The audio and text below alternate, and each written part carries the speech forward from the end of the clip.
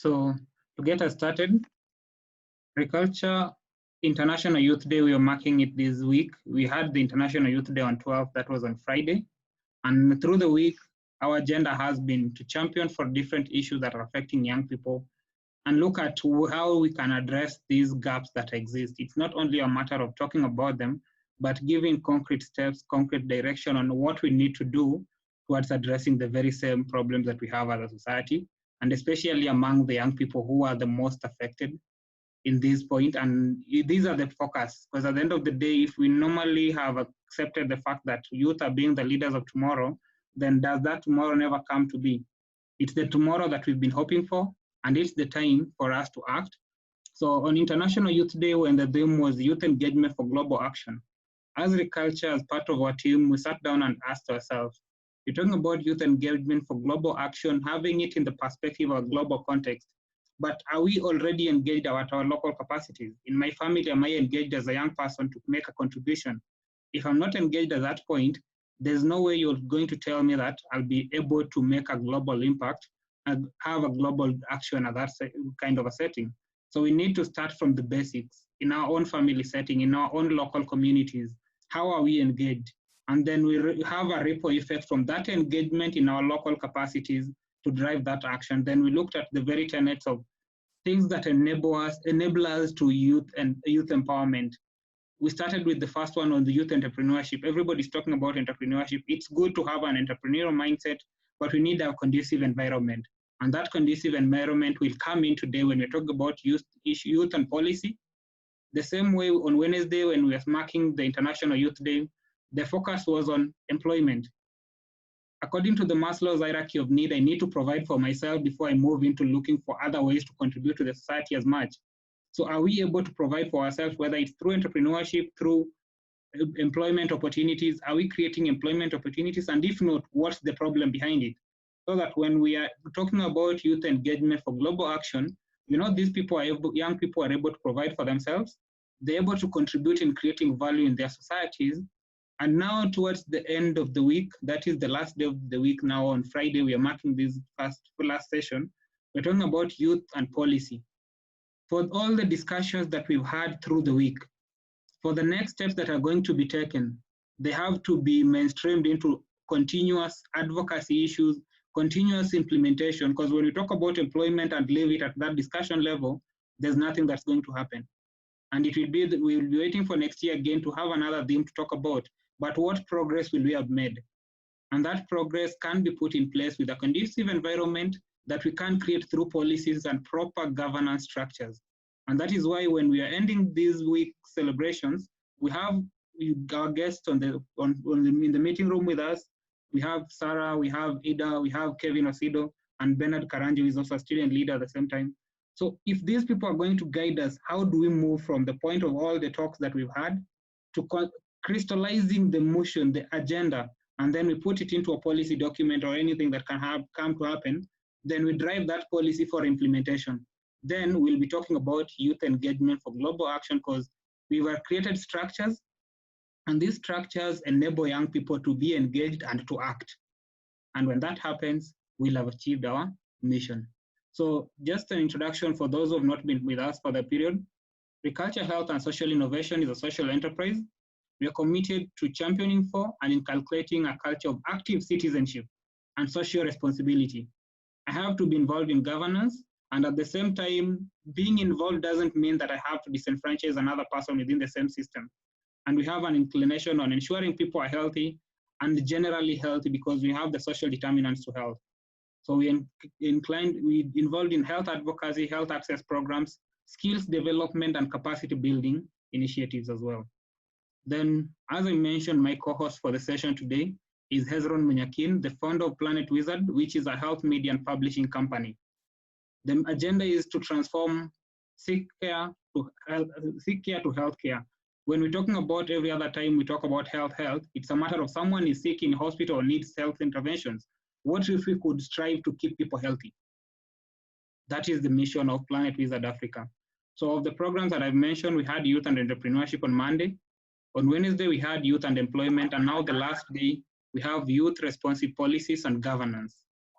And our panelists for the day I'll start from Sarah-Leigh, the Chairperson, Pan-African Renaissance. She's a diplomat, a youth policy expert, and she has qualifications in business administration, project management, and public management. She's an author of a paper, The Prospects of Socialism Within a Pan-African Namibia. She's a chess player and an avid reader, and her vision is to build a generation of great achievers. It's a pleasure to have you with us, Sarah.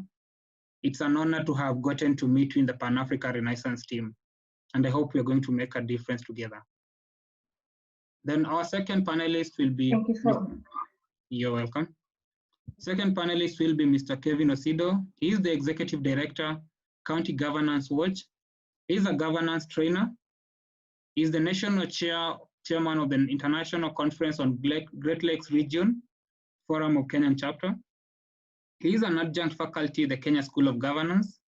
He has qualifications. The qualification is he has a Master of Science in Governance, and County Governance Watch, the forwarding organization, is an NGO whose purpose is to provide solutions for socioeconomic and political development in the counties of Kenya by educating and building the capacity of citizens and county government officers. We had devolution that came into existence in Kenya from 2012 to this date. For that devolution to work, citizens have to play an active role in that agenda. And you can't play an active role when you're not enabled to perform that function. And that's an initiative that Kevin Osido has spearheaded over the time. And we believe the impact they're creating, the work they're doing is going to contribute to the next step that we're going to take as a country, especially with devolution already taking foot in the country. And our third guest is Idah Knowles. She's the Gender Affairs Director at the Youth Agenda and a member of the Civil Society Parliamentary Engagement Network. She's an inclusive leadership advocate, an associate of the Women Empowerment Fellow at Hear My Voice Women's Network. She's a youth volunteer at the African Union's Youth, Peace and Security Network for East Africa on Peace Building Missions. And she was a special rapporteur for the African Union Youth Consultation Forum on COVID-19 that was convened by the Office of the Youth Envoy. And she worked with the women rights organizations in mobilizing resources, driving advocacy, and even in voluntary positions, including the main organization is the Federation of Women Lawyers, FIDA Kenya. And finally, our last guest for the day, the last but not the least, is Mr. Benard Karanja. He is the president, Kenyatta University Students Association, KUSA. He's a Bachelor of Pharmacy student the final year, a former chairperson of the Kenyatta University College of Health Sciences, and innovator with the TIBA vent mechanical ventilator. If we've been following up on the news in response to COVID-19 in the country, Kenyatta University started the production of a mechanical ventilator. And Mr. Karanja is part of the team behind that ingenious idea. He's passionate about transformative leadership, community development, health research, and innovation. So it's a pleasure to have you all in the team. And I hope we're going to have mind-opening, insightful discussions, and we're going to leave at this point with an action item on how we can mainstream all these discussions that we have. So thank you so much. So I'll give you each a moment, 2 minutes each, to introduce yourself and tell us the work that you do with the organization before we get to the presentation. Thank you. Idah, you can start us off. Thank you very much, David. Thank you so much. Okay, my name is Idah Knowles, as David had said. I'm actually the gender officer at the Youth Agenda, an NGO based in Nairobi, Kenya. Also, I run the gender advocacy program at the Youth Agenda. So mainly what I do is to actually consolidate the gains of young women, of course, including young men and men in the development agenda. So as the Youth Agenda, we actually try as much to be responsive as possible in our programmatic activities. And that's why I'm there actually to run the gender advocacy and development programs. So I'm really, really honored to be here. And thank you so much, David. I'm really looking forward to this noble discussion. Thank you. Thank you so much, Idah. Then I'll move to Sarah. Thank you so much, David, for the opportunity. Like you've said, my name is Sarah-Leigh Elago. I am the chairperson of the Pan-Afrikan Renaissance. I am the president of the African Youth Union. I am a young diplomat. I am one of the few females in active politics. That is just amongst so many other portfolios. I'm a Pan-Africanist by heart, and with the Pan-Afrikan Renaissance basically is to bring back the reawakening of Pan-Africanism to young people. We want to instill a sense of ownership and leadership in young Africans, for them to understand that we are the heirs of Africa's leadership and that there's nobody coming to save us. And as young people, if we are not going to stand up, mobilize ourselves, organize ourselves, qualify ourselves, and come together in unity, harness the African voice in order for us to present and deliver a different transformational style sense of leadership in Africa. So I'm very passionate about young Africans. I'm very passionate about youth development. And I hope that this session will broaden our mindset, and together as a collective, we are able to find solutions for our beautiful continent. Thank you so much, David, for the opportunity. Thank you so much. It's a pleasure to have such kind of passion and commitment to the African narrative, because not so many people are committed to such an agenda. So thank you so much for being part of this discussion. I'm not able to find Kevin already on the room. Oh, Kevin is here with us. Hey. Yes, Kevin, how are you? Fine, thank you, sir. How are you doing? Good evening. Good evening to you. It's a pleasure to have you with us. Yeah, so we were giving Asante sana.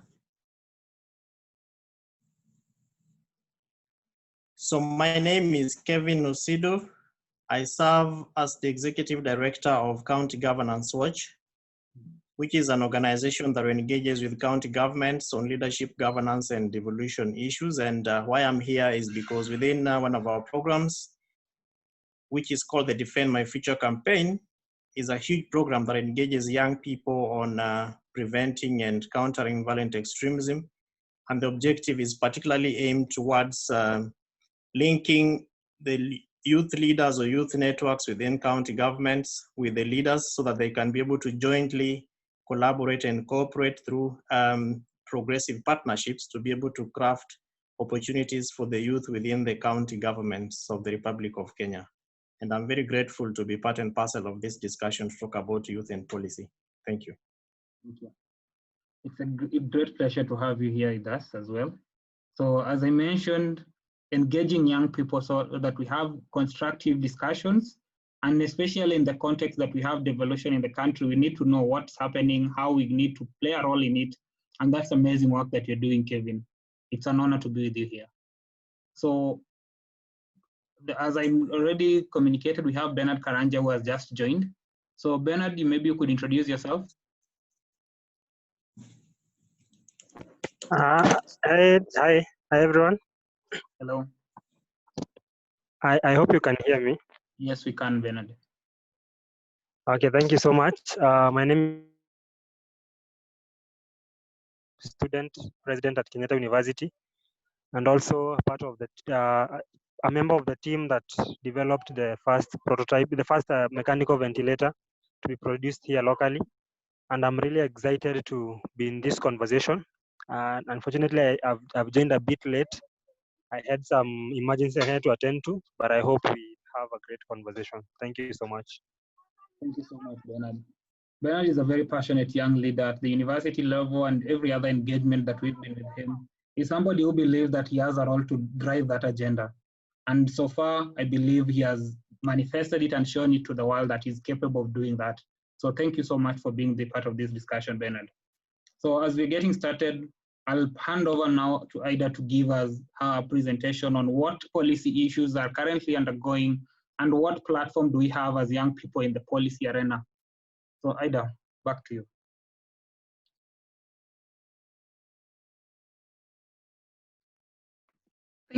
Thank you very much, David.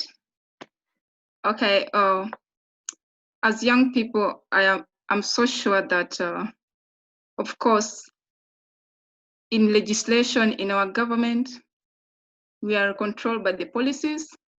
Decisions that actually define our living is legislated.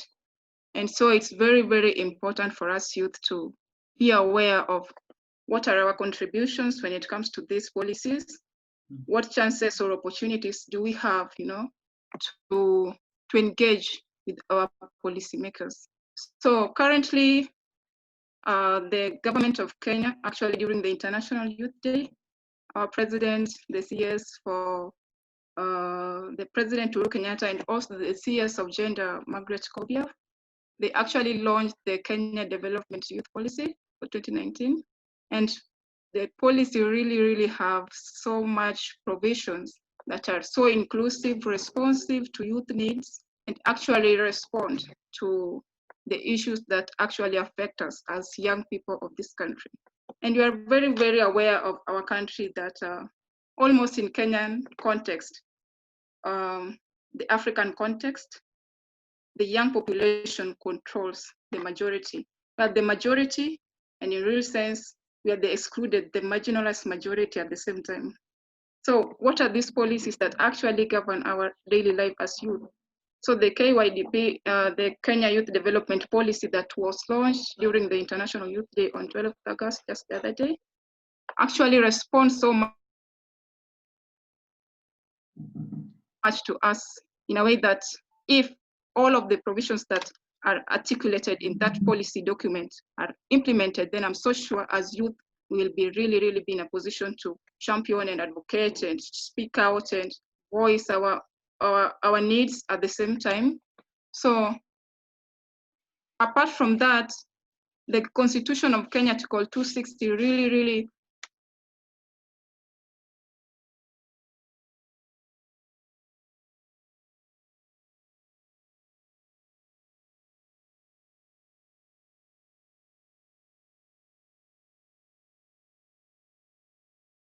with our policymakers and voice out what we need to be included in the legislative activities.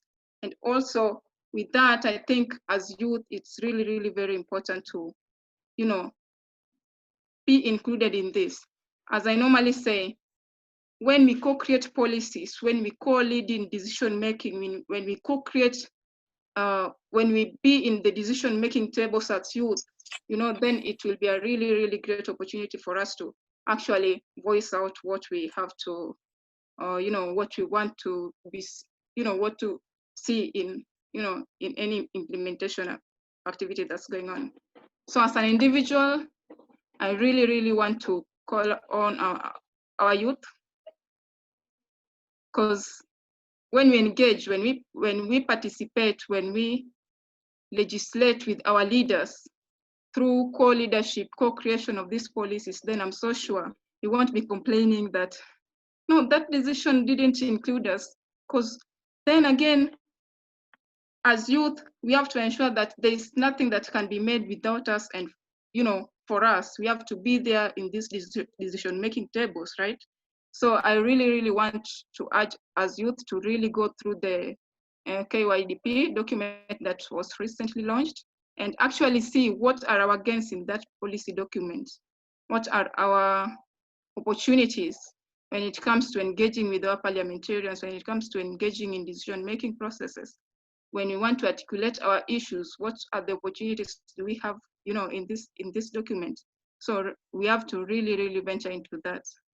Also, the National Youth Policy stresses much on our participation in the development and democratic spaces.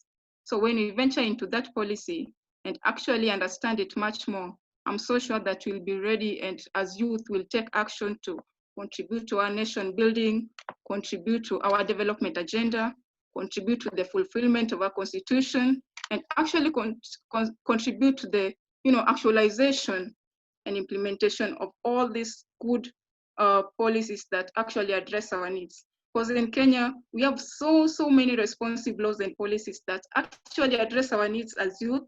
And the problem comes in when as youth don't champion and also advocate strongly as we normally become so, well, we are well versed in others in other things, but then again, the important things that we have to consider that actually define our lives, we are excluded, far behind. We say, no, I'm not interested in politics. I'm not interested in that. So I think we really have to think about all these issues and actually articulate them and engage our policymakers, dialogue with them through democracy and policy dialogue forums, and actually then hold our leaders accountable after that, because then again, it's them who actualize these policy documents. It's them to ensure that they are implemented. But if we don't force them, if we don't act, then I don't think we'll be in a position to really see the change that we want to see as a society. And that will mean that we will fail our government and we will fail our country in terms of its demographic dividend, in terms of its development processes, and of course the agenda, the Big Four agenda that our president really champions for. It will fail, and as youth, we really have to venture into this. Because remember, it's like the 75% of our country is controlled by women, by youth. We are the majority. So when we speak, when we come out together, we are so sure that a really good result can come out. And actually we saw that during the Nairobi summit, when the youth voice out their needs and they say, we want to champion for this, we want to be included in decision-making tables, and we are so sure that with youth, with solidarity, with the solidarity and partnership, we can really see tangible results. So as youth, I really urge us to really work out on this. Let's be aware of what, the important things that really matter, because we are so aware of so many other things. Why are we ignoring these other things that actually matters to our lives? So if we venture into this, if we work out and actually champion for our rights, I'm so sure that we are in a position to, see the change that we really need to change in our society. Because we have many, I really urge us to consider that the majority can really win. So as youth, let's champion onto that. Thank you. Over to you, David. Thank you so much, Idah.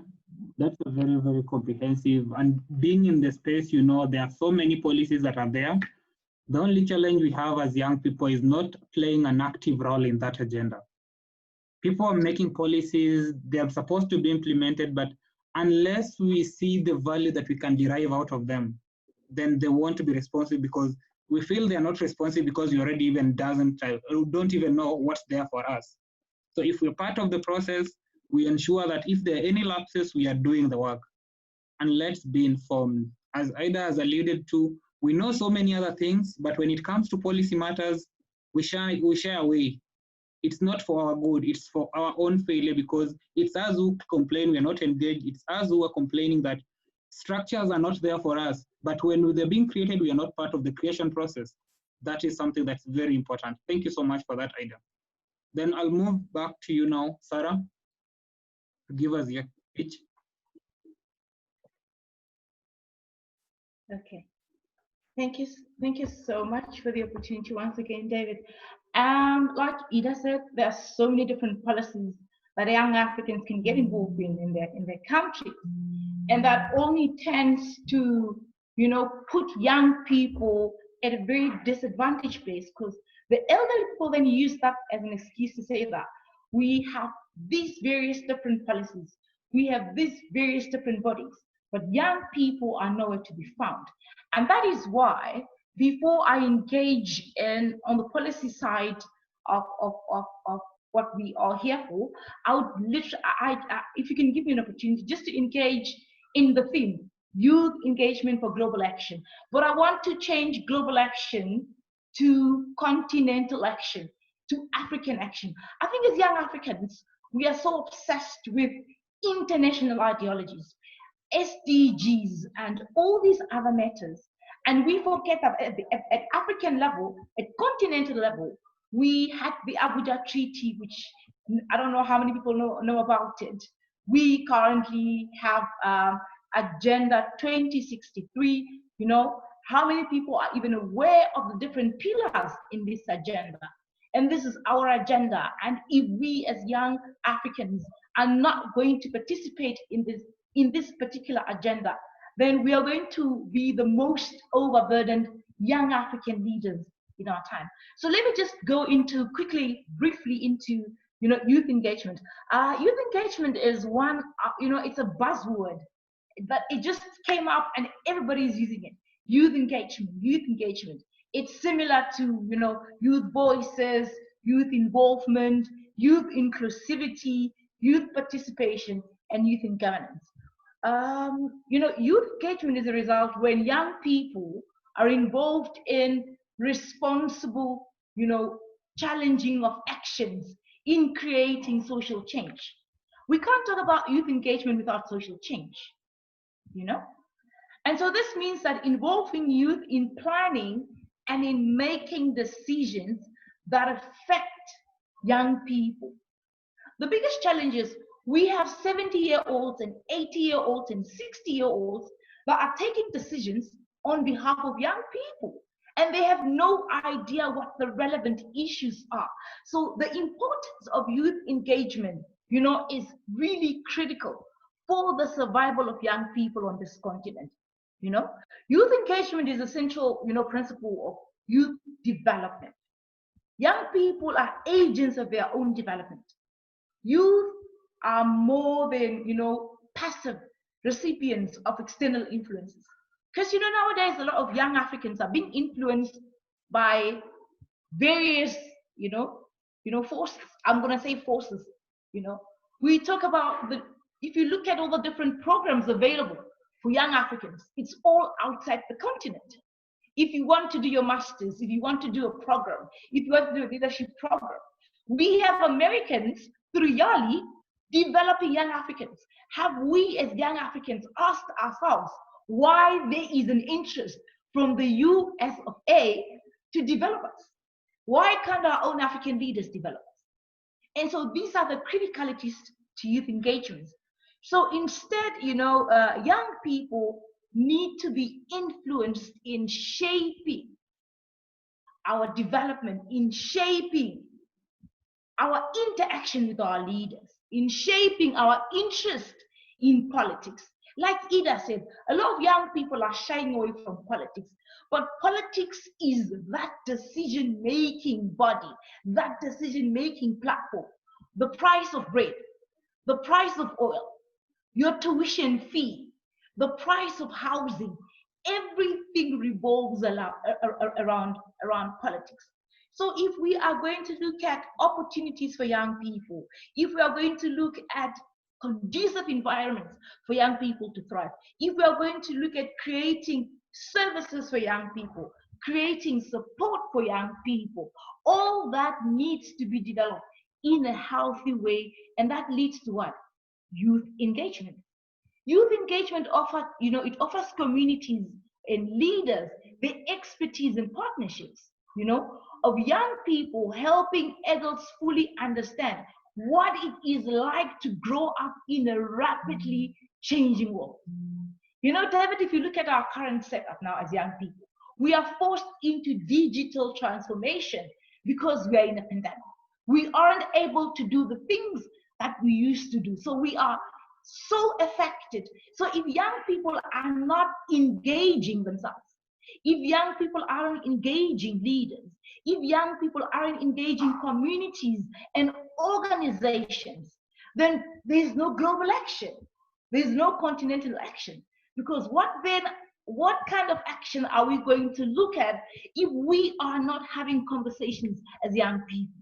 And that's really, really important. Youth engagement is important because young people deserve the right to represent their own interests. A time has come for young people to invite themselves to the main table. For so long, these adults have elbowed us, told us that we are not ready to lead, that it's not yet our time, that we, all these different kind of excuses. But our current leaders forget that they were younger than us when they took over leadership. And so a time has come for young people to invite themselves to these main tables. And if there isn't a table, if there isn't a chair, you bring your own table. You bring your own chair, because a time has come for young people in Africa to represent their own interests by right. Because young people are the heartbeat to any state. Let me tell you something. A country with no young people is dead. You can come up with all these beautiful policies, but if there are no young people in that particular country, it's dead. But if young people also in that particular country are not active, aren't decision makers, aren't leaders to say that we as young people, this is the change that we want to see. And this is how we want to see that change, you know? Youth civic organizations as well, you know, are also critically important to prepare young people to be active citizens in democracy. So going back to policy, David, in conclusion, right? Africa, as a youth policy expert, I can tell you that Africa has what they call the National Youth Policy. And David, you'll be surprised to notice that it's almost like a copy and paste. If you have to compare all these different youth policies from the various different African states, it's almost the same document. But what we forget in Africa is our demographics are different. The challenges of young people in Northern Africa is not the challenges of young people in Southern Africa. The challenges of young people in West Africa is not the challenges of young people in East Africa or in Central Africa. So it goes back to young people being active at platforms like your National Youth Councils, National Youth Services, you know, any other platform that involves young people, get active, influence change there. Because as a young policy expert, I can tell you one thing, that the biggest challenge we have in amending or reviewing all these documents is the lack of young people at these various platforms. When platforms are being created for young people to come and add their voice, to come and add their opinion to these various policies, young people are nowhere to be found. And they are leaving politics to 70-year-olds, and they're leaving politics to 80-year-olds. And then tomorrow we wonder why these old people are coming up with things that does not even relate to us as young people. So in conclusion, policy can only be effective when young people get active in various decision-making bodies. Thank you so much. It's pretty powerful. Thank you so much. There's no way that we are going to talk about policies when we're not part of them. There's no way that our solutions will be solved when we don't bring them out to be seen and to be addressed.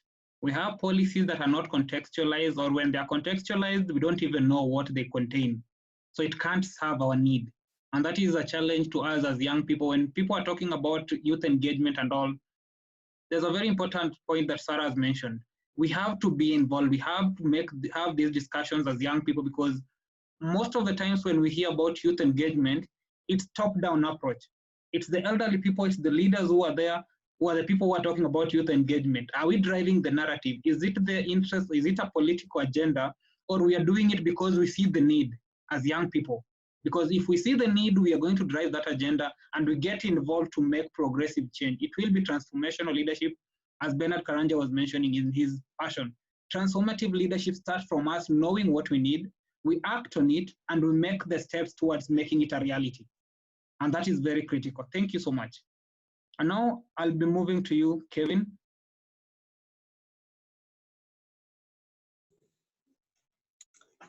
All right, so thank you so much. Once again, you'll allow me to use to make my presentation with my video off. I think I have internet challenges where I am.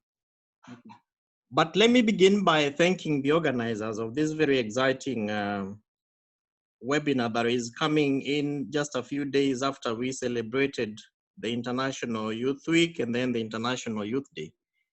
A moment and a time at the global level when we are talking about youth engagement for global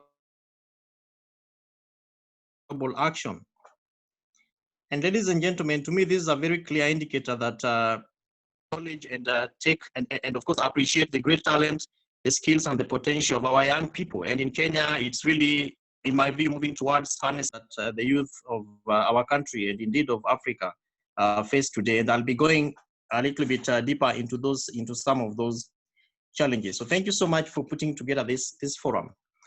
At the global level, the world today has about 1.2 billion people who are aged between 15 and 24 years.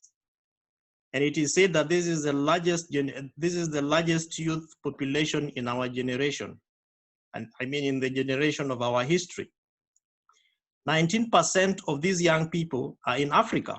That's almost about 800 million, which is a proportion that is expected to double by the year 2030. It therefore represents a very powerful and formidable current, as well as a future global workforce, and how governments are going to be able to use these numbers to inform government policies, programs, and actions to influence the youth is going to be something that is going to be very, very critical, because failure to do that, to effectively engage the youth bulge, you're going to be seeing issues to do with crime, insecurity, among several others. And so talking about the skills, the attitudes, the aspirations that young people bring into the workforce will determine the future of the planet, of our planet, which is, of course, the future of our planet. We cannot continue to emphasize, as I've already said, the essence of the youth not be ignored. And so it is one that, in my view, represents a global, powerful force of change and transformation. But I also have to say that there is no government that will just sit and wait for the young people to come in and get engaged. Young people must arise. Young people must move into the decision-making tables, into the decision-making platforms, and take advantage of the opportunities that governments have put to the fore for them to be able to be seen to be engaged. As Idah already said earlier on, just this week, the government of Kenya launched the Kenya Youth Development Policy, which in my view presents a very important theme of this particular policy. 10 years since we had a similar document to be able to guide and influence policy direction and, of course, youth engagement, is empowered youth for sustainable development.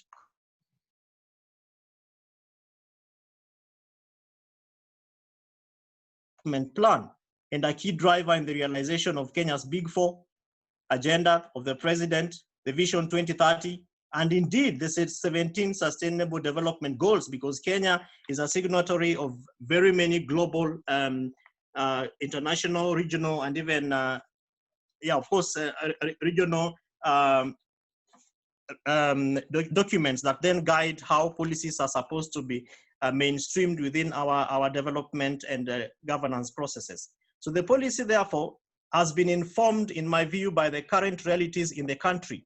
And one of those realities is the incoming of devolved governance, because the initial policy did not envision that Kenya would one day have two tiers of government, that is national and county governments. It also places the youth in the broader context of national development and envisages that all will have productive opportunities to reach their full potential. So that therefore means that as we talk about youth engagement, we must begin to look at the individual. Who am I? What is my sphere of influence? Who am I engaging with? Is my voice being heard? And if not, why is my voice being heard?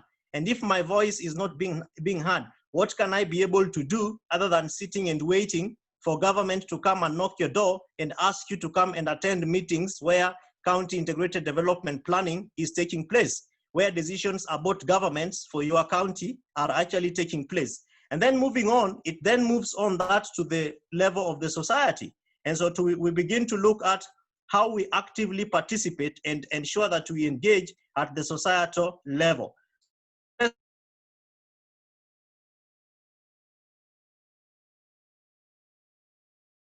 On the youth to be able to show their patriotism, value-driven,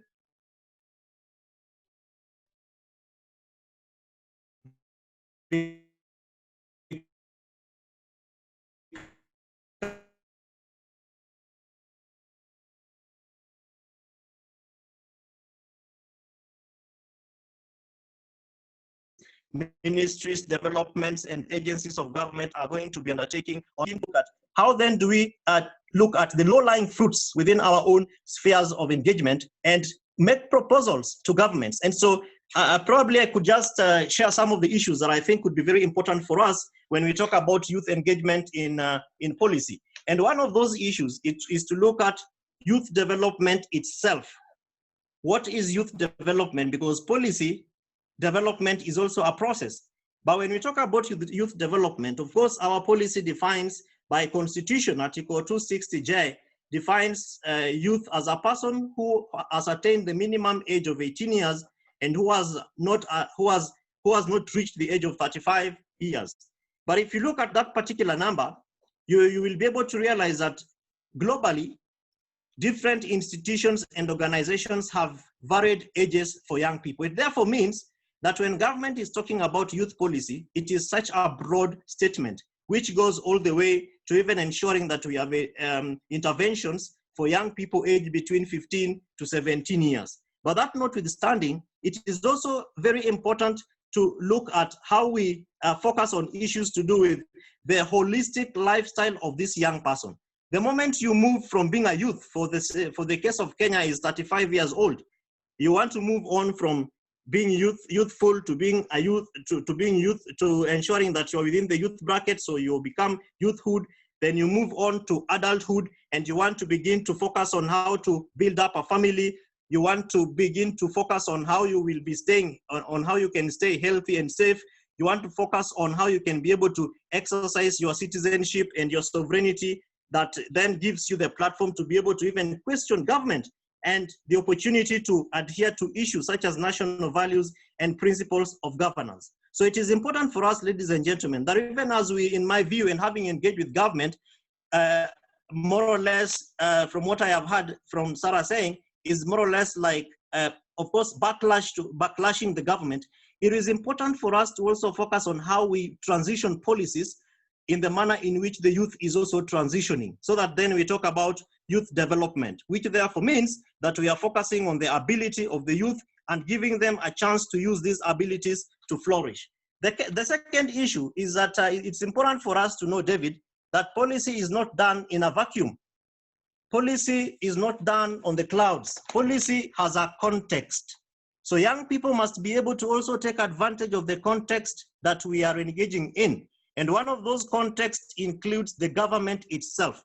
In Kenya today, we have national government, for which by our Schedule 4 functions, it is not very clear. And that is why I think I like the proposal of the Youth Policy 2019, because then it is going to give an opportunity for even the young people who have been left out by our county governments to be brought closer to the table where decisions are being made. How will that happen? That will be done because there are various frameworks and opportunities for young people to be involved and engaged. How? One of those is in the budget making process.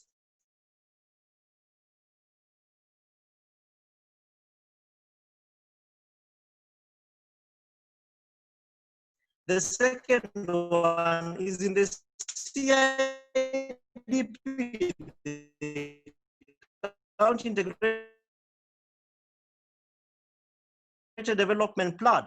The third one is in what we call the County Budget and Economic Forum. The fourth one is in representation, that you can actually vie to be elected either through a political party or through independent candidacy. And those are opportunities that then accrue for young people to be able to take very critical spaces where policies are being made. Because the more we sit at the fence and say, oh, all these are not involving us, oh, our to pay nafasi, that is the more the time we are going to be left out. How is it possible that His Excellency the President of the Republic of Kenya can appoint at least around the age of 35, but that his sports advisor is actually more than 89 years old?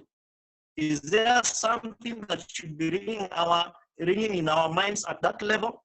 How is it possible that the county levels, almost half of our counties have young people seated at the county assemblies, but that our county assemblies cannot be able to legislate on policies that are friendly to young people? It means that there is a problem. So for me, the thinking about youth and policy is to look at, appoint or nominate someone who is much more youthful, who can get into a stadium and play and people cheer around, as opposed to someone like the people that we are calling our oldies.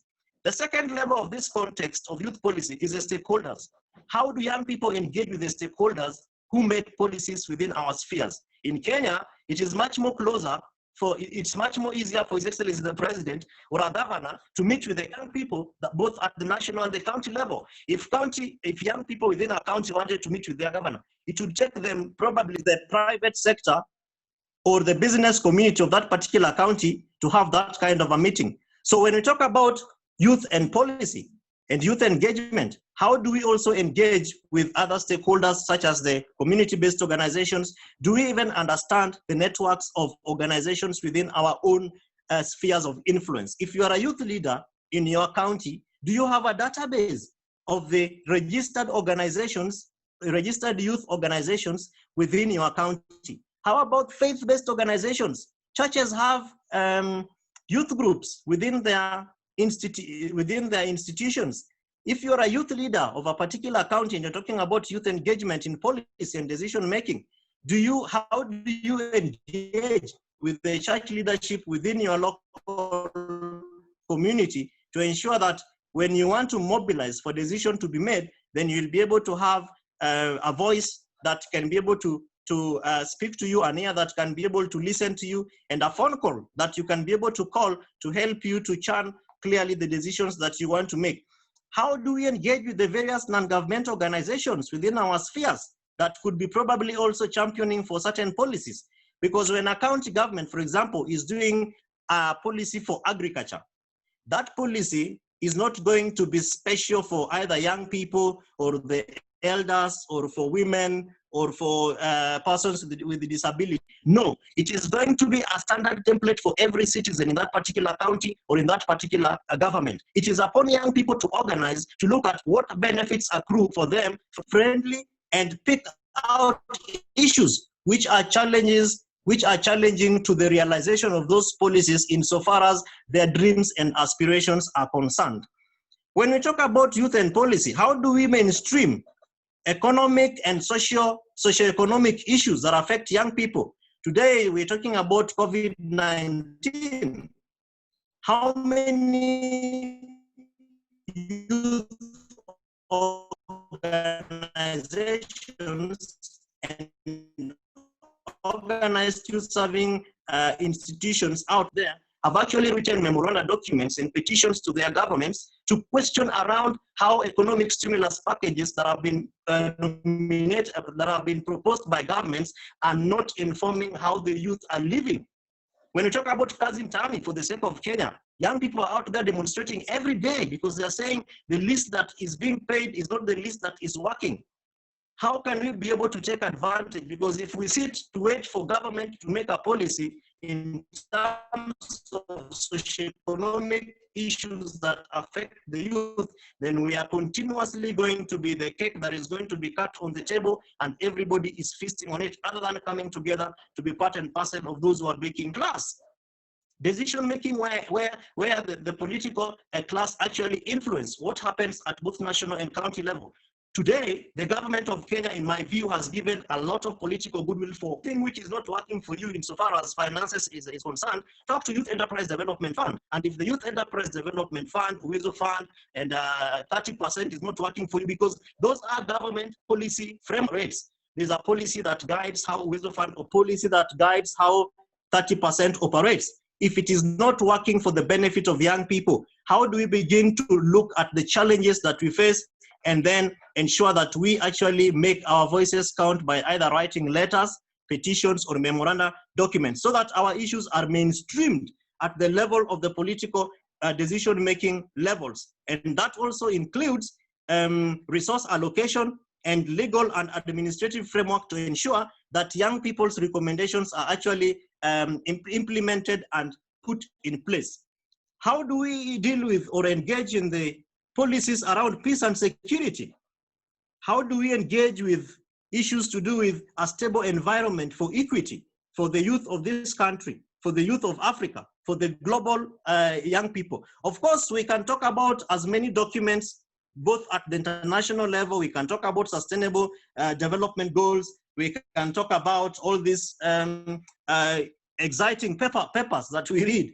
But if we do not domesticate them, if we do not bring them much more closer to the youth, the policies that we keep referring to will not add an iota of value to the lives of our young people. So ladies and gentlemen, I submit that for us to talk about youth engagement, we must break it down into very simple things that young people can be able to understand. We must begin to talk about how we address youth empowerment issues, which is very important. How we talk about intergenerational equity, how we talk about assets enhancement. Young people have extreme skills. They are coming up with very many innovations every single day. But when you talk about intellectual property, the youth have to stress around intellectual property to also safeguard people and young innovators like Benard, who is part of us in this very important conversation. How do we influence policies around civic engagement and democracy building? Because if we fail and say it is the work of the government, then the young people are continually going to be left out. So I believe that youth and policy is a space which is supposed to be seen, in my view, as a safe space that is supposed to be occupied by young people, but co-governed by the governments, both national and county, regional or international bodies that operate within the policy space on issues that affect young people. And that once we do that, then let's also be very keen in terms of how we set the norms and the values on how policies are done. So that when it talks about gender representation, for example, but you're a youth leader who sits in a meeting where you can clearly see that 96% of those who are present are elders, that there is no lady or there is no opposite gender that is represented, but you allow the meeting to go on. How can we be able to come up and make our voices count, be able to make decisions or even alter certain policies that have been made by government? So I submit that this space is supposed to be seen to enable by their governments, and that governments are putting in place their interests, that these policies can be co-owned and co-created by young people and by governments, so that there is sustainable ownership from both sides, that these policies are also meant for learning, and that we can be able to move on and learn our lessons and also be able to put in place proper processes to be able to ensure that the mistakes of yesterday do not inform how we live today and how we, of course, influence the lives of those who are coming tomorrow. In my view, youth and policy is supposed to be seen as a space of growth so that young people can grow as leaders. Tomorrow is going to be a president. That if Kenyans can have a president who is declared by less than 7 million votes, but that when you look at the register of voters, you have more than 8.5 million people who are registered to be below age of 35. It means that they can actually have their own president. But how possible can it be that we can make youth-friendly policies when we have a youth president? But what if the flip side of it is true, that if we do not have a youth president, how then can we be able to domesticate all this nice thing, county level, the ward level, and even at the village level for the sake of Kenyans? The policy, in my view, talking about youth and policy, is supposed to hold, to be looked at as a facility, which is either physical, is either virtual, is supposed to be seen to be bringing youth engagement at the center of decision-making table. David, probably I can leave it at that, and then as we continue to have this exciting conversation. Thank you. Thank you so much for the wonderful presentation. And you're passionate about it because you've looked at it in terms of the different facets that exist. As young people will complain about a particular socioeconomic disenfranchisement and everything. You don't have access to jobs, you don't have access to quality healthcare services. But when these policies are being deliberated on, you are not following in. A policy will govern an entire country. It won't govern a section of it, a section of the demographic and anything. But at the end of the day, every person has different needs. It's the same way in a family, a particular meal will be prepared. Some will love it, some won't. Do you make your voice on what you need to take? And that is the same question that there was a mentorship session that I was joined in. We make a lot of noise, we complain about things that are not serving our interest. If you know how to make what you want better, why not make it? And then the most important bit, we need to co-create and co-own different policy interventions and policy initiatives. And this is something that has been worrying me since the launch of the Big Four agenda. Every other time when we talk about the Big Four agenda, it's the president's Big Four agenda. It is the country's Big Four agenda. It is our agenda. It's just that it started from the president. Do we own it? Do we drive it towards ensuring we are able to realize those agendas? If we're not able to do that, young people who would have gotten value and gotten engaged in driving that agenda will never get to that point. So that is where we need to start. What policy exists? It is ours. We are Kenyans, we are Africans, we are members of the global economy. Any intervention, any policy that is being churned out, it is ours. We need to own it and work towards making it a reality. And that is a very important thing that you mentioned, Kevin, and thank you for that. And now I'll give the last chance of the presentation to Benard Karanja before we move to the final bit of the question and answers. Benard. So thank you so much, David.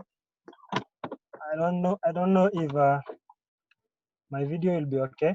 I told you I'm traveling, so I hope I can use my audio. Is that all right? Audio, yes, perfect. Okay, thank you so much. I hope my net is good. Yeah. So I like the conversation, and I like what the previous speakers have said. You realize that this International Youth Day has come at a time when really the youths, the roles and the place of the youth in the society has really been demeaned. And our society right now, the society believes that it is time to stand up and fight for the youth.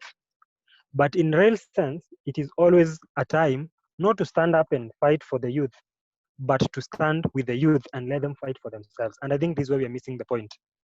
So as I speak about policies, as I talk about implementation, I also want to give it a different view, because again, when we're talking about the youth, we must talk about what the youth are doing to be placed at a point where they can be able to influence decisions. Because we can rant, we can fight, we can say we are not being involved, but at the end of the day, we are disinterested. And that is when you talk about the other population of the youth, the one that has not gone to the technical institutions, have not gone to the institution of higher learning. That's where we are. People are disinterested. They don't know even what policies are being put in place. They don't really want to know what happens. So I'll begin by talking about policies. Do we have policies in place do we have the right policies in place? And I think the problem, especially here for us in Kenya, is not about policies. It is about implementation. When it comes to policies, we have a million policies. We have very many policies, very good policies. You read them and you realize that they are just perfect. But when it comes to implementation, there's zero effort in implementation. And I give a very good example of the AGPO, the Access to Government Procurement Opportunities, the one that was passed by the government. It's a very good policy that says that 30% of the procurement and the opportunities goes to the youths, women, and people with disability. But go to the counties. Is this policy is this policy in implementation? Are they implementing this? Go even to the national government. Go to the very basic units of the government. The implementation of these policies is lacking. So the issue really is not about policies, having policies or not. It is whether people are willing to implement these policies or not. And you realize that it is just, they do it deliberately. They decide that this one will not implement, this one we will implement. It is selective based on what will favor those who are in power and not those who are in the policies are intended for. That's why we're having the problem. Because if we are saying we have a policy, the Mental Health Act 2015-2030, that was passed by the government, but we still have youths who are killing themselves, hanging themselves. The Ministry of Health, has it really taken this act and this policy seriously and taken it to the sub-counties, taken it to the hospitals down at the locations so that it can be implemented. It is not happening. So deliberately, the government, the organs that are supposed to implement these policies have decided not to do that. So the problem is not policies. The problem is not us having policies or what. The problem is people in power and people in those influential positions deciding not to implement these policies. So I think as we talk about policies that revolves around the youth and policies that are supposed to really help push the youth agenda forward, we should begin by the source itself. We should begin at, in medicine, we say that any infected, if you have any area that is infected, you just don't give antibiotics. We give antibiotics and you remove the pus. So in this case, we know where the problem is. And as youths, we have a role to make sure that we push, do petitions, do everything that is possible to make sure that the policies that are not being implemented, we fight they get implemented. And I believe we can do this. The other day, David, you saw when they wanted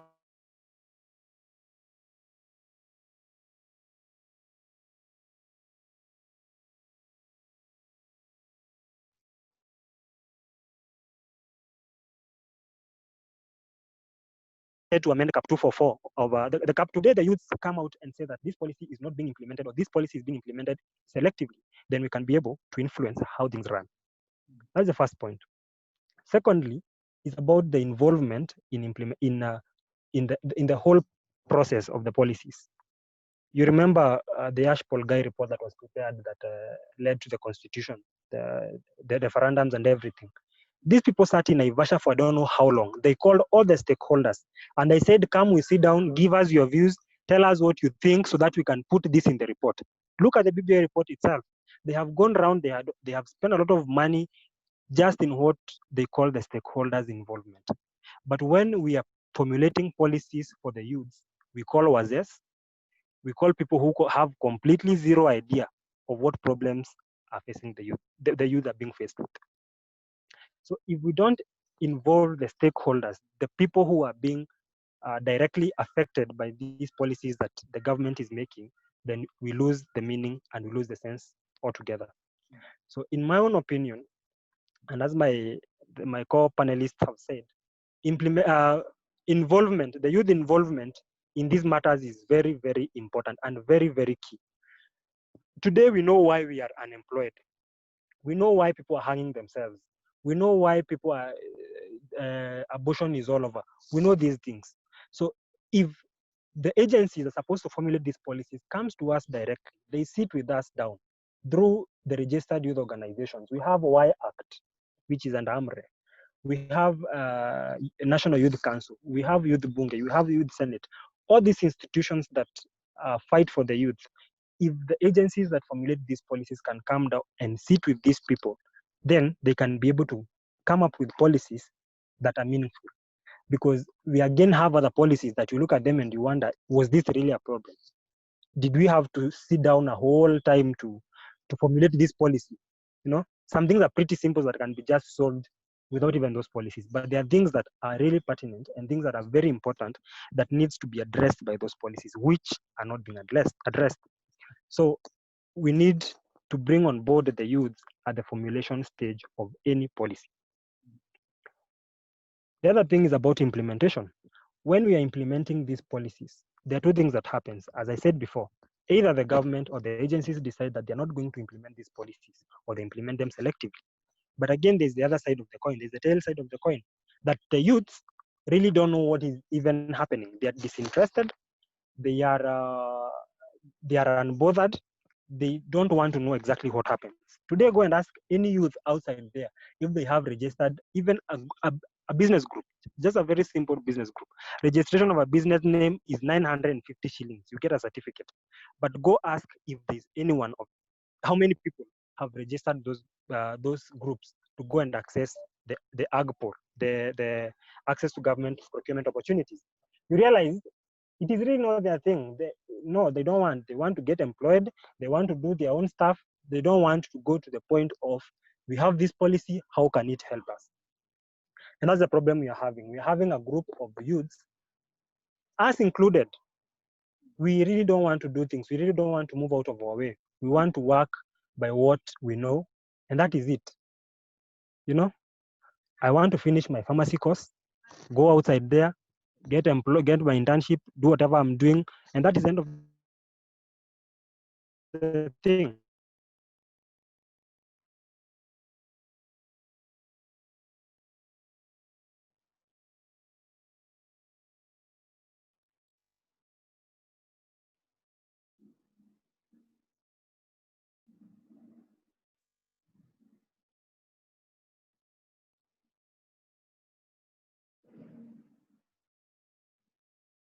Yes. We blind even the general public from the real thing, that there are very many other opportunities that we have denied the youth. So going forward, and as we talk about youth engagement, youth involvement in global action, let us talk about the real thing. Let us give the real opportunities to the youth. Let us not say that when they come here they are going to steal. These people really have the potential. Let us give them the opportunities to run all these things. And finally, going forward, we are talking about involving the youth and engaging them. But according to the Maslow's hierarchy of needs, we have almost 90% of our youths struggling at the basics. You know, in the Maslow's hierarchy of needs, we have the basics and then the self-actualization. How many of our youths are in the self-actualization? Very few. So we can sit and have discussions about how we are going to involve the youth, but as long as they are struggling with the basics, they're struggling with food, they're struggling with clothing, they're struggling with shelter, then we really can't move forward. And the reason as to why they are still there in those struggles is very simple. We have graduates finishing schools, but they're being asked for 5 years experience. Where do I get 5 years experience for you to give me a job? You are telling me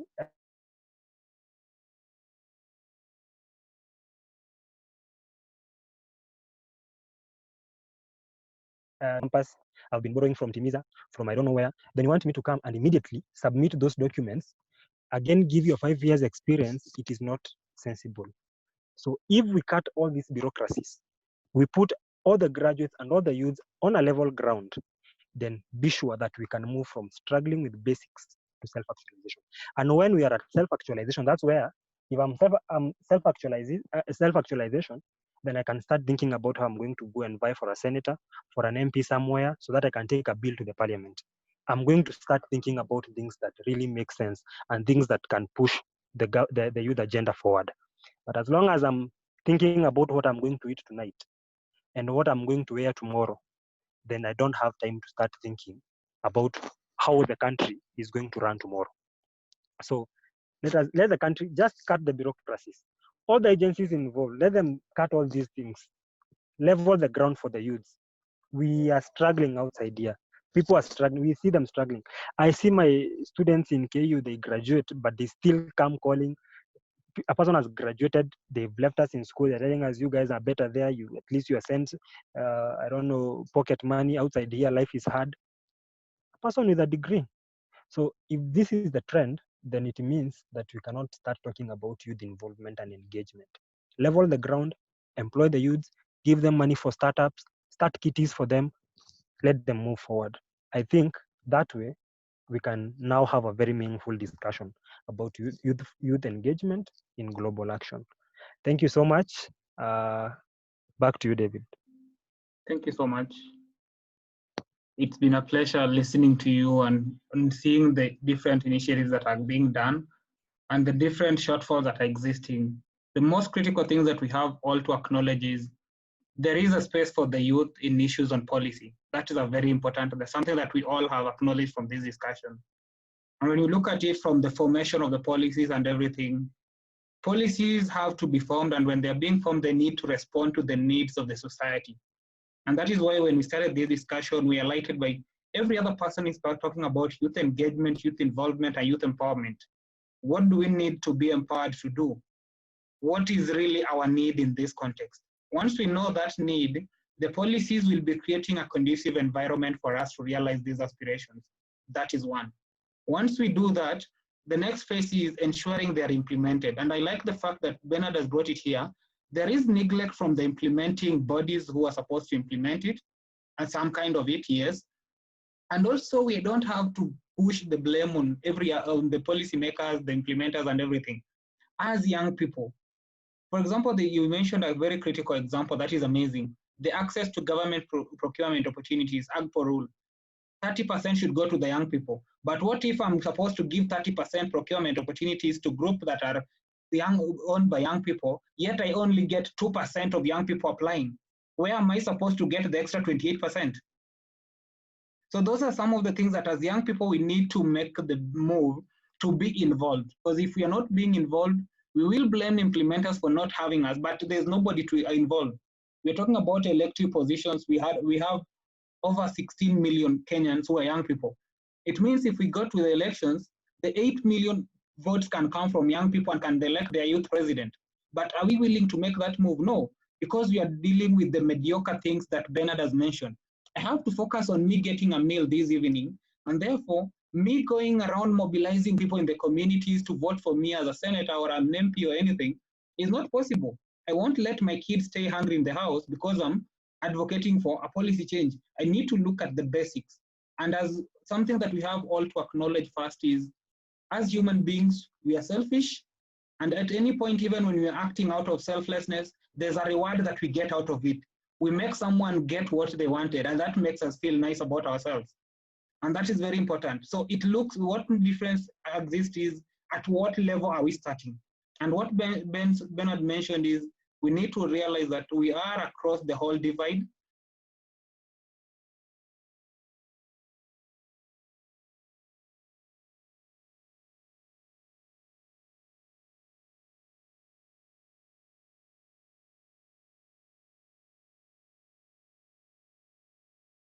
Sorry about that. From the discussions that we've had,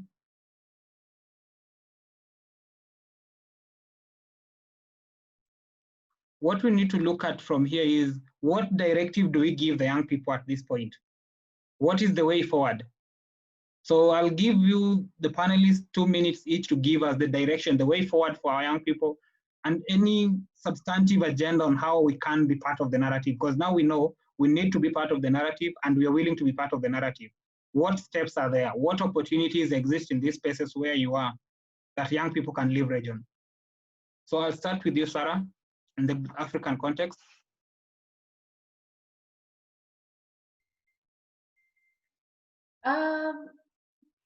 You know, David, I must say, like, I totally enjoyed Benard. Is it Benard?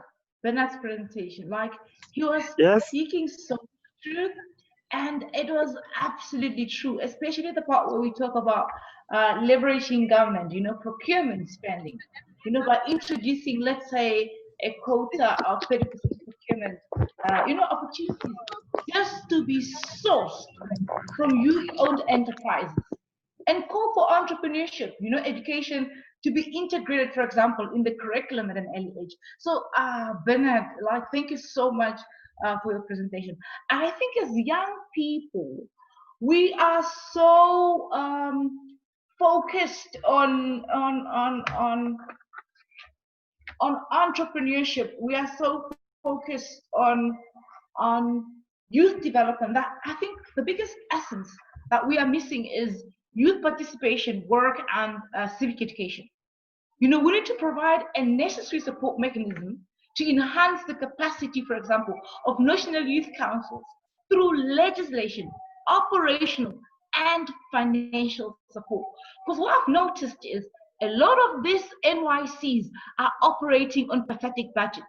The governments, the ministries of youth are not prioritizing the NYCs. And if we are saying that NYCs are the bodies that are, you know, constituted to promote the youth agenda, to give young people opportunities, but if the budget they are operating on is suicidal, what then are we expecting? Government should include, you know, legitimate youth delegates in all governance and decision-making structures, in multinational platforms, including meetings of ministers, heads of states, regional bodies, AU, Commonwealth, etc., etc. I have been privileged. I have been all over Africa. There isn't a state on this great continent that I haven't been on. I've lived in North Africa, I've lived in West Africa, lived in East Africa, Kenya, Nakuru. I've lived in Southern Africa. So I've been opportune. So a lot of times when we attend all these high-level meetings, it's amusing to always be an alone actual youth delegate. You have a 50-year-old and 60-year-old coming on these various bodies as youth, and I think to myself, which time was this 60-year-old elected to come and speak and represent the voice of young people for that particular country? So when we are talking about youth delegates, it should be between 18 and 35. Don't bring me a 60-year-old or a 50-year-old and tell them that they look youthful. And this is what African governments are doing. They bring us old people and tell us they are youthful, And so young people should put their foot down. Reduce, in some countries, voting starts at 23. We need to reduce the voting age to 18 in all countries. It is very, very pertinent that young people as of 18 can cast votes and make difference, because most of these regimes are depending on old people for that vote, because they know that young people are tired of what is happening. They're tired of the status quo. So in order for us to change, we need to reduce the voting age for young people to 18. Promote and support social entrepreneurship and mentorship. There's one thing that is really, really lacking in Africa, and it's mentorship. I don't know why we tend to take the ladder with us when we are thriving. We don't identify young people that are equally passionate as us and show them the ropes, knowing that one day when our bodies are old and frail and we are no longer able to lead, we have multiplied ourselves through mentorship. We have identified young, passionate, aspiring, competent, capacitated young people that we know can take the baton of leadership forward. We can't talk about corruption and all these things that we have identified, and they are really evils that are really, really stagnating this continent. But it's because that all these people haven't identified young people to take over leadership.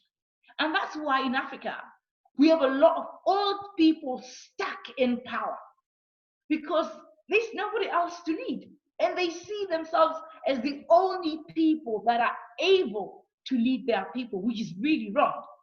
And, we need to develop programs that promote youth and women leadership, internships, vocational training, job placements. We spoke about entrepreneurship. But to be honest, as young people, entrepreneurship is really tough.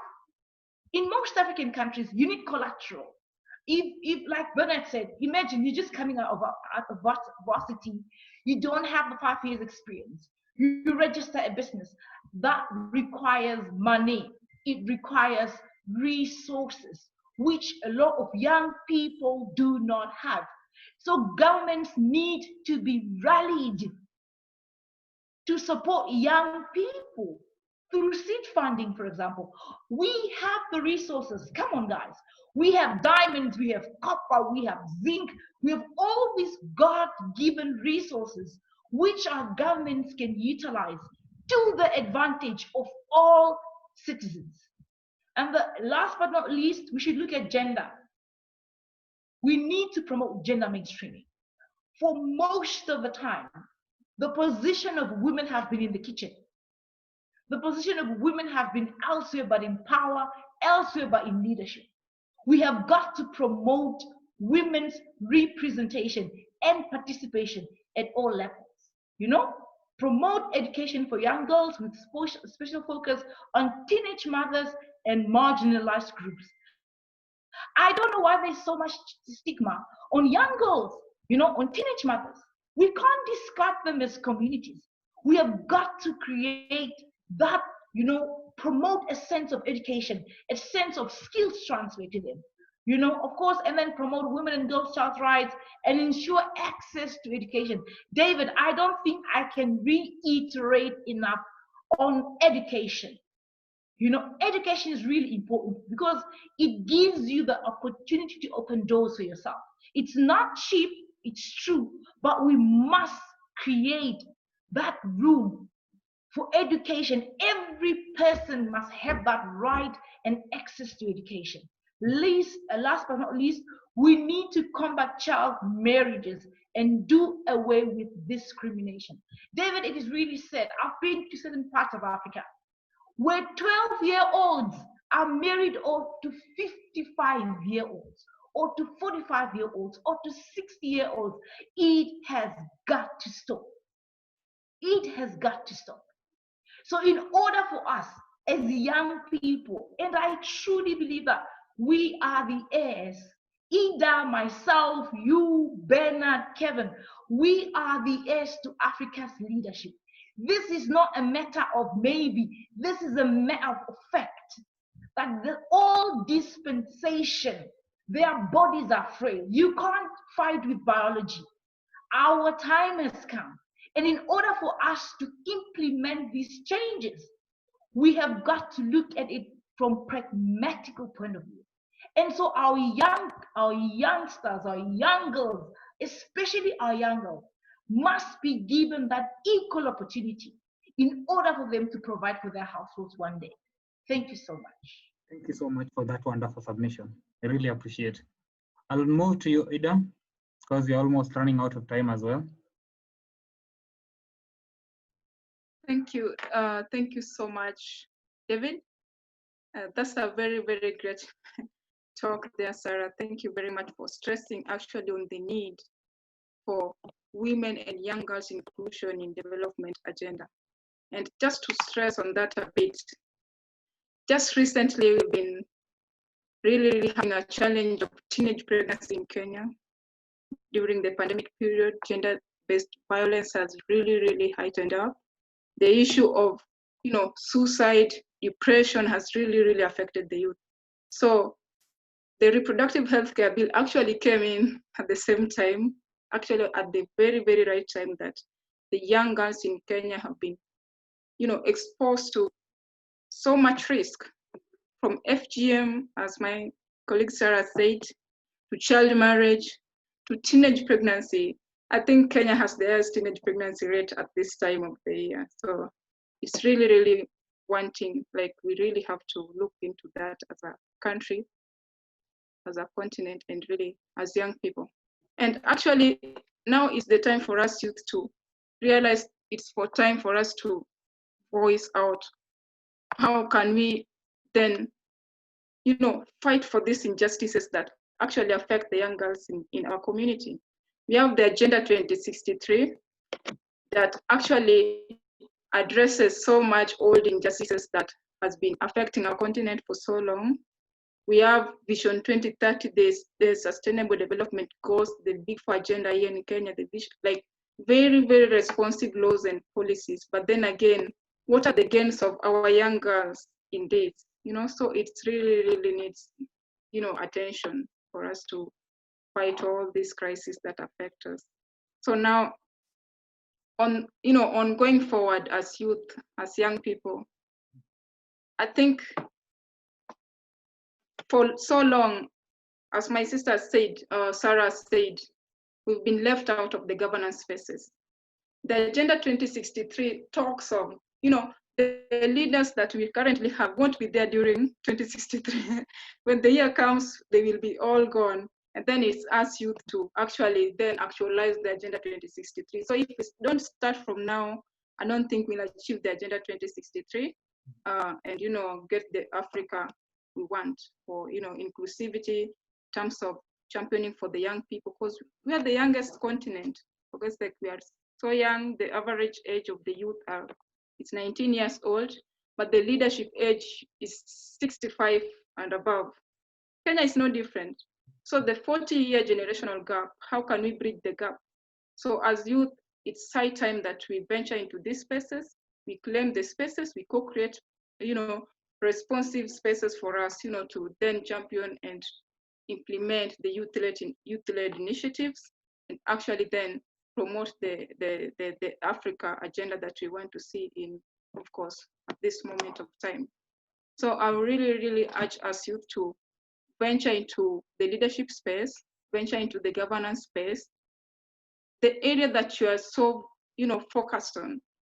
Strengthen your leadership on that part, whether it is in health sector, the NGO sector, because then again you will be involved, because every category, well, they're all aligned in the SDGs. So when you are in education sector, you are in a more safe space to engage with the policy makers under that category. Then, champion much on that sector. Like, align yourself to the vision that you want to see. So for example, I mean, I'm a champion for women and girls' rights. So then I venture much into CSO space. You participate in, in these spaces that actually the civil society acts much with the parliamentarians. So then you are able to voice out your needs, the needs of young people, the needs of girls, especially, and women in terms of leadership spaces, because young girls and women, that's the right voices, of course, and youth. So when we want to build back better, actually during post-COVID, it's very, very important that we recognize the need for inclusion of women and youth voices. Yeah, so I think we can really, really build back better when we consider that. And also, I'm so sure that, we normally complain youth have no skills, youth can't lead, youth can't be president. When in real sense, youth are the most skilled people we can ever, they're the main resource we have in Africa as a continent.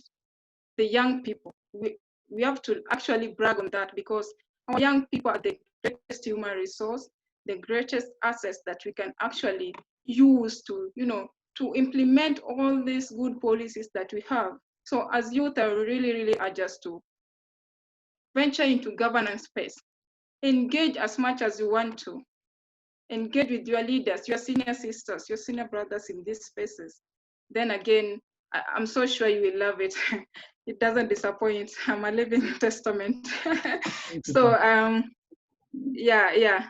So I really, really think that together we can really, really achieve the Vision 2030. We can really achieve the Agenda 2063. And of course, we can align ourselves with the global state commitments, like the Sustainable Development Goals, the national charters of the United Nations as well.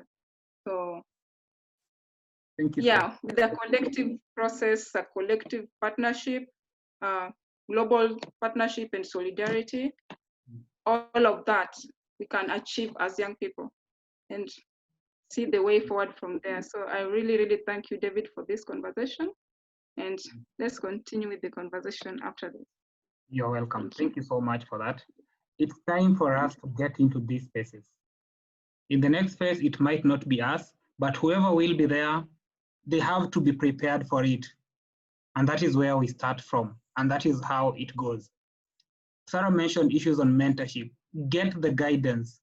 And it was amazing that you talked about these, Idah, in terms of talking about skills gaps and all that, what happens. The problems we have, the social problems that made the world realize that we needed the Sustainable Development Goals are a failure of the previous generations. And I was listening to a podcast on The Virgin Way by Richard Branson. Good business is good for business. We had a generation that was focusing on looking inwardly on what they need. We have the best generation that looks at the social impact of whichever activity they're doing. And it's you and me, this generation, the young people, we're in this platform. If we can leverage on the skills we have, the mentorship and the platforms where we are going to rewrite the youth narrative, and the global youth engagement for global action that we're talking about, it's going to be a reality. It won't just be a narrative that every person talks about, it will be a reality. And let's use our ingenuity, our geniusness, and anything that we have to make it happen. So thank you so much for that presentation, Idah. I'll move to you, Kevin. Your final submissions as we wind up.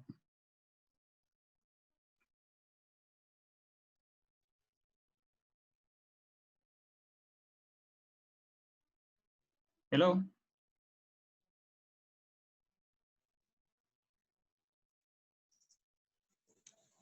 So thank you so much, David.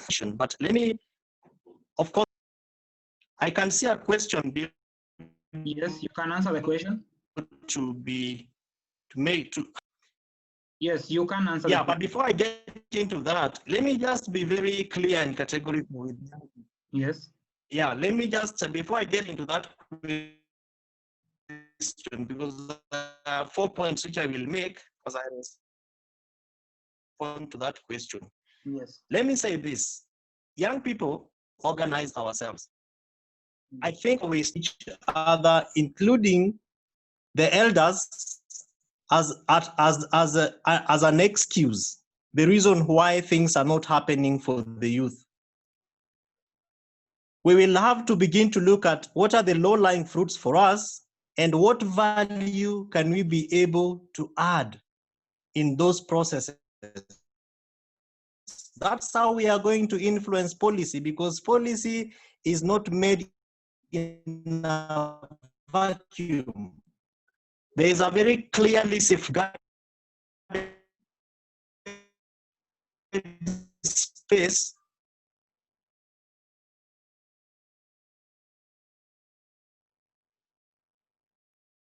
upon which policy is made. And yes, we understand that special interest groups have been perennially left out. The more things are not working for us is the reason why things will actually not work for us. So ask yourself, what are you good at? I think that's where I started at. If you are good in education, what value are you adding in the education policies? Kenya has just enacted last year a policy which was actually a new curriculum, CBC, which was launched by His Excellency the President.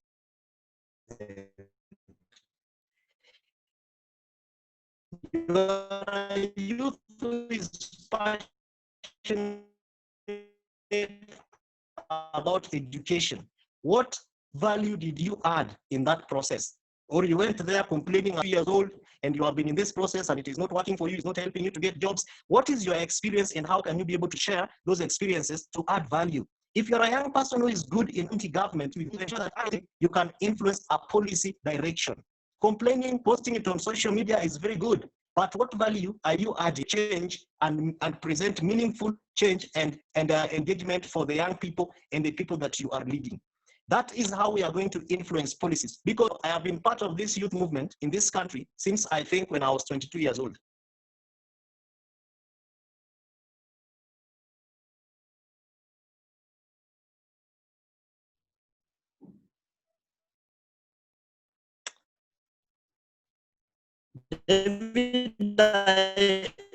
Can you hear me? Hello? Hi, Kevin. I think your internet is unstable a bit. Yeah, I am actually at a place where I'm struggling to find internet, but I'm so sorry for that. So we need to begin to look at what value are we adding? What are you, and how can you be able to influence the change towards policies that you can see? Government will never come to anyone. I heard one of us, the government will never come to anyone. And that is why young people are being left out, because we are waiting for the government to come. And even when government comes to us, we want to be paid. We begin by asking, how much are we going to be given? Is there allowance? Are we going to be given sodas and bread? The government will never come to anyone. But let me tell you something. The government is also very clear in terms of public participation, civic engagement, and youth engagement. What government has been able to do is to ensure that it moves closest to the people. And for the sake of Kenya, we have county governments. The reason why devolution came here, out of the 12 very important reasons, let me just speak about two. That one, people can then make decisions on very important and critical aspects of their governance. Number two is that you actually make your own presentations and submissions to the budget and that you are given an opportunity to influence how those resources are being managed. I have gone to county governments, and I mean to counties, where even a simple conversation around a county integrated development plan, young people struggle to ask the governor for money. They struggle to put to task the chief executive officer who came to share with them aspects of the CIDP, and they're asking this money, kama hautulipi, hautoki hapa. And I ask myself, then why did you come? And what attitude is that? So young people, we need to begin to present very important alternatives insofar as how we want to be engaged in decision-making, particularly in policy process. If I had time, David, I would have taken participants through the policy-making process. There are 6 key steps. And as young people, if we want to influence policy, we need to and we must ensure that we are part and parcel of those 6 important processes for a policy development process. Government will come to you through what is called youth empowerment centers. The young people who are listening to us need to ask themselves, which are the youth empowerment centers within my county, within my locality? The government of Kenya has 152 youth empowerment centers spread across the country, the 47 counties. Within those centers, government has moved closer and put in what is called an Ajira Digital Center. That within a Ajira Digital Center, you have a one-stop shop. Your role as a young person is to check whether it is working or not working, because government has come closer to you in that manner. The government will not come to knock at your door and say, hey, Kevin, are you awake? Can you come and engage? Government will come to you through a sub-county coordinator. Government will come to you through a ward administrator.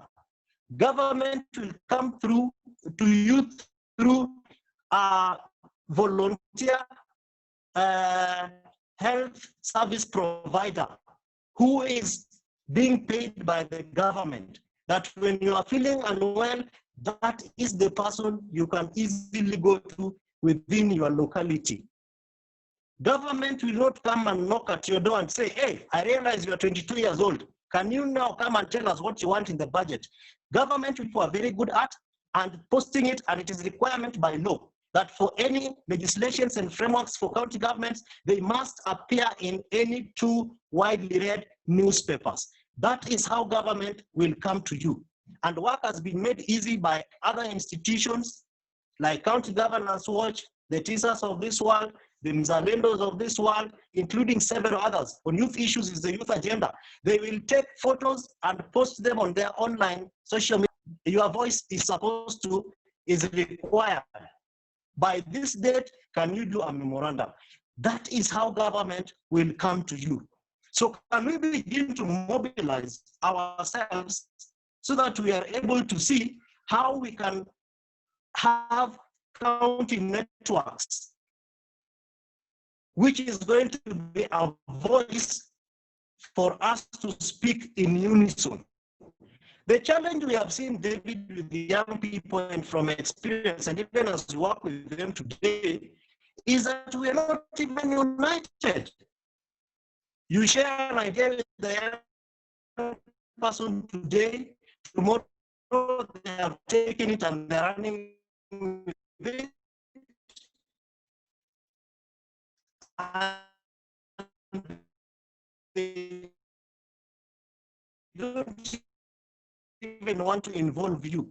Yet they don't know the vision that God gave to you to be able to innovations we have seen during this COVID-19. A young person comes up with some seats. Tomorrow you see a fellow person I'm good at, and how can I be able to ensure that it operates? Government will come to you by appointing officers at your locality, county coordinators in charge of youth. We have youth directors employed by the national government. That is how it goes every day. It is for you to write letters, because that is how the Constitution of Kenya has made it easy for governance, for the youth and all citizens to be done. You can write a letter to invite a government, a petition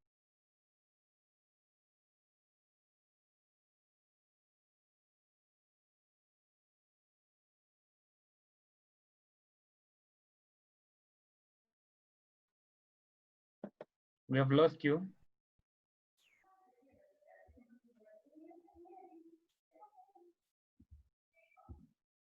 Yes, David, I think we lost him. Yeah, the internet connection is becoming problematic on his end. Maybe we'll give Benard a chance before he gets back. Benard.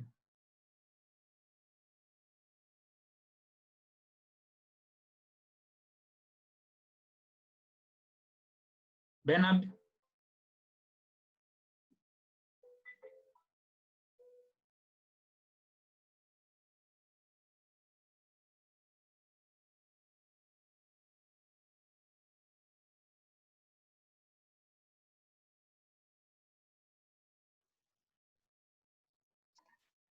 Yes, so as I was saying, Benard, you can take over. He's just called in to confirm that he will have to get a better connection before he comes and concludes the statement. So Benard, the floor is yours. You can hear me? Yes, we can. Okay, as I was saying that for me is a youth assertion. We really need to know what exactly we want as youths and what exactly we are going for. Let us not be we are asking for everything from everywhere. We need to make sure that what we are going for is precise. This is what we are asking from the government. People, I was saying about people living with disabilities. These people, they've been able to get almost all the deals they wanted from the government. Why? Because they've come together, they've consolidated their votes, and they put them straight and precise to the agencies that they need to. So that's what we need to do as youths. Secondly, is about how do we, sometimes the youth, when we get to these positions or when we get to certain places where we can now influence decisions, we start thinking about just a certain group of people, about the group of youths who are representing there, instead of thinking about the general group that you have been sent out to represent. So that is the other thing. Finally, let us as youths not be tools of political games. Because you realize the mistake that we make as youths, especially here in Kenya, is that we form a group of youths that is very nice, that can really fight for the youth agenda, that can really even go to the point at the table where things are being discussed. But just when they're at the cream of it, they're sabotaged by some politics and some political figures. So if we are assertive, we know what we are going for, we will not allow ourselves to be tools of politics. Rather, will people who want to influence the direction that the country is taking and the direction that as youth we are taking. Thank you so much. Thank you so much, Benard, because that is very critical. We need to first know what we need from these spaces. And once we know our need in that space, we go for it and stop being used for political agendas or any other agendas that might not be aligned to what you really need as a person. Because once we do that, we'll be at a better position as young people. And most of these matters that are affecting us, the things that we complain about, will be things of the past, because we'll have transformed that narrative by knowing what we are going for, mobilizing resources. And there's something that as well, before Kevin left, he alluded to. As young people, we are not each other's keepers. We are not supporting one another. I bring into an initiative that we run because we want to drive a common agenda and change the narrative. For you, you become as a pawn. And you all know what pawns do. They're just part of the process, but at the end of the day, look for the closest loot they can get. At the end of the day, we are sabotaging every other person. We are killing our own agenda. And when we kill our own agenda, there's no room for growth. There's no room for us to achieve the ultimate goal, the price that has to be paid. It won't be paid because nobody's willing to go the extra mile. So that is where we need to start as young people as well. Build the agenda, be part of a process. And as part of a process, we mobilize resources. And that is an amazing thing for me, because hosting this forum, we've had an investment from these different organizations. Having someone commit to 1.5 hours, 2 hours to be part of a discussion that's going to shape the future of our development as young people, it's a very great investment. And that is where we start. Then moving forward, we know what steps do we need to take ahead. And it's very important that we as young people, we drive that narrative, and we not only be part of a process, we create the narrative. Because once you've created the narrative, you know where it's supposed to be heading. You have the vision, you have the goal, and that's very important. So thank you so much. I don't know if Kevin is back. If not, I'll take a question or two from the audience as we wait. Then we can end the session. Anybody with a question? Idah, you have something to say?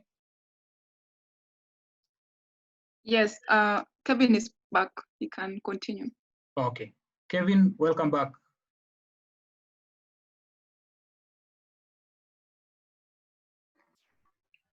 Devi, I can't see him on the participants list. There is a number, I'm seeing it. Okay. Yeah. Kevin? He has unmuted his microphone, but we can't hear him. Yes, welcome back.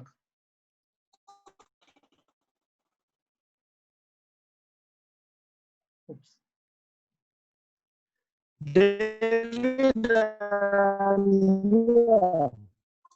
We're still having a problem with their connection. Can you hear me? Yes, with a little technicalities as well, though.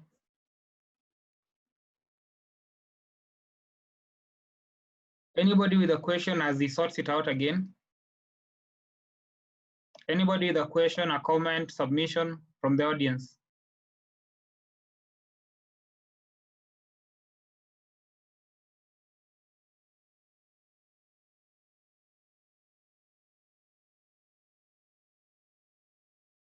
Hezron, I'll give you a moment.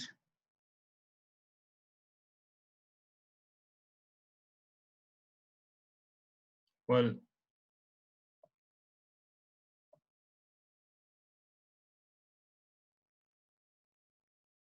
so those are some of the things that we have.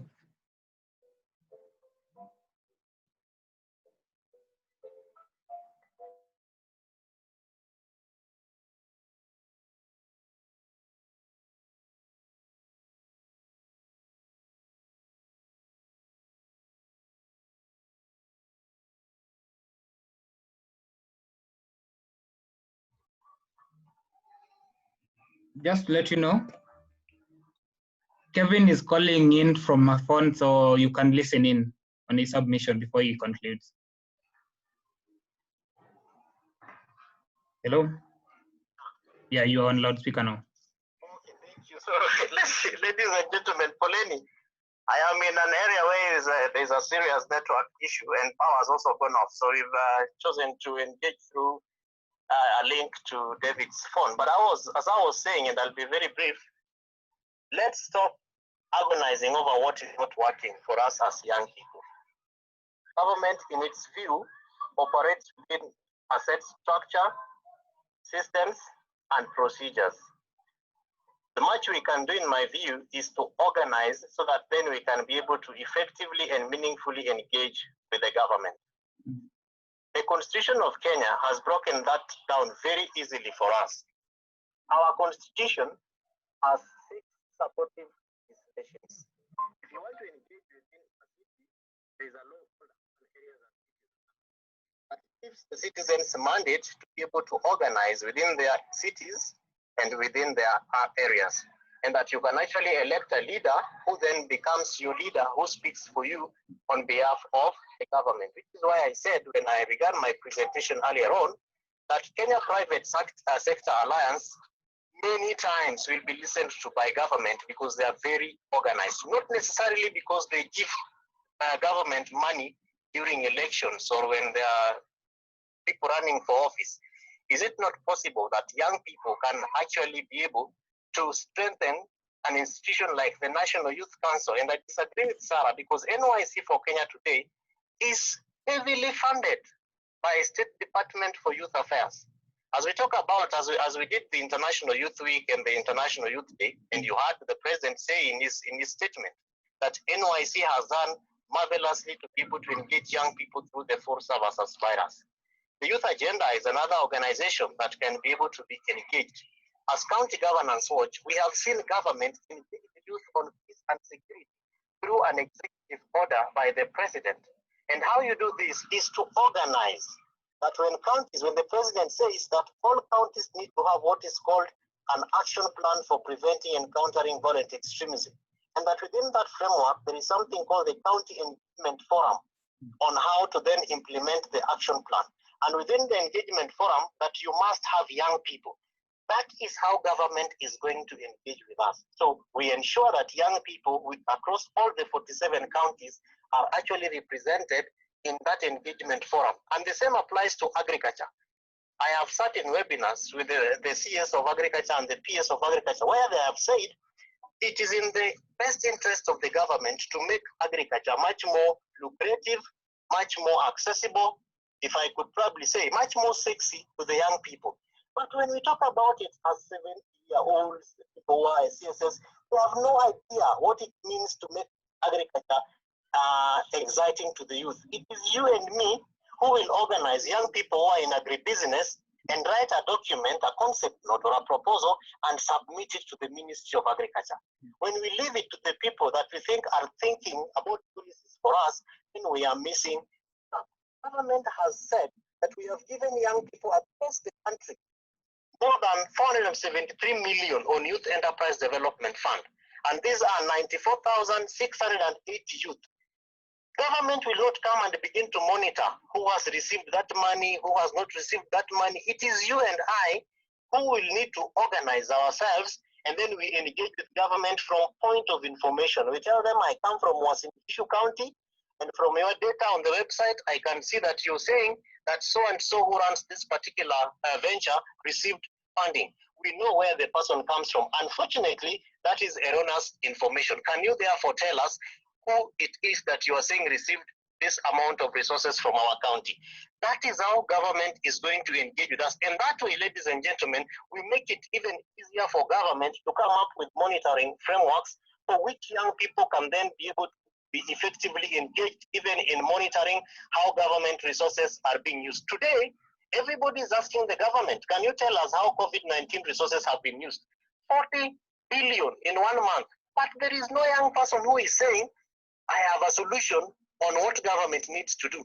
Can we be able to come up with a digital monitor that for any money that is dispensed, just the same way IFMIS works, for any money that is dispensed by the ministry or the treasury on behalf of the ministry, there is, when you click a button, you can easily see who is receiving that money and who is not receiving it. Because otherwise, government knows that people do not want to read, and people are not so very keen and careful around how it runs its own affairs. So if we can also be able to come up with monitoring systems as young people so that we make work easy for government to be able to engage with us. And last but not least, government has said, we have given you opportunities to elect your own leaders. We have young members of county assemblies. It is an institution that is recognized by county governments and national governments. County Assemblies Forum recognizes the existence of young members of county assemblies. Kenya Young Parliamentarians Association recognizes the existence of parliamentarians, both senators and members of National Assembly who are below the age of 35. How do we use these existing opportunities to be able to influence government decision? Senator Sakaja, who is the chair of the KUIPA, how many of us who are listening have actually written a letter or a WhatsApp or a petition or a memorandum on what needs to be done on behalf of young people? So I think for me, and by experience engaging with young people and through County Governance Watch, we have what we call the County Youth Action Networks. All over actually right now they're in 33 counties. But engaging with county governments, I will tell you for free, we must diversify very effective ways of making work easy for governments. Let me just give you a final example. Just yesterday, I was involved in a session to induct youth leaders from all the 47 counties who are members of the county COVID-19 response committees. When these things when the president made his address and he said, let counties come up with committees, we realized that young people are missing in these committees. And as we speak right now, county governments have nominated young people, a male and a female, persons with disability, a male and a female, women, should I say male and female, to also sit for the special interest groups right in the county COVID response committees. And that is how we are going to influence government policies. So that for Nairobi County, I know who is the youth, who represents the voices of the youth in the county COVID-19 response committee. If I go to Nakuru, I know Will Kista, who is the representative of women to represent women in the Nakuru County COVID-19 response committee. And that is how we are going to influence issues. So that when there is a pilferage of finances in COVID-19 response in Nakuru County, I know who to ask. I will tell Will Kista, I know you are a member of the committee. How come you're not talking about this? When we sit together, we do enough research, we read out what needs to be done, and we are able to submit our proposals and recommendations from government. But when we want to keep talking about, oh, our governor is 60 years, he is an old man, there's nothing he knows, my friend, we are spoiling it for young people who want to be progressive. We are spoiling it for young people who want to be innovative.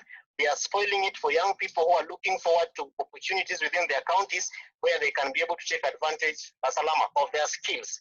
So I think for me, David, my parting shot is, can we mobilize ourselves? Can we organize ourselves and grab the change that you want to see, put it in our hands, and influence decisions that need to be made? There are very many young people in this country, and if you cannot do it, somebody else will do it. Why do you want to allow somebody else to do it when you have the privilege and the opportunity of such important engaging forums like this one that has been put forward by David and his team? We have listened to very exciting speakers since we started this webinar, and I think it really needs to give us an opportunity to go out there and look at what can I be able to do.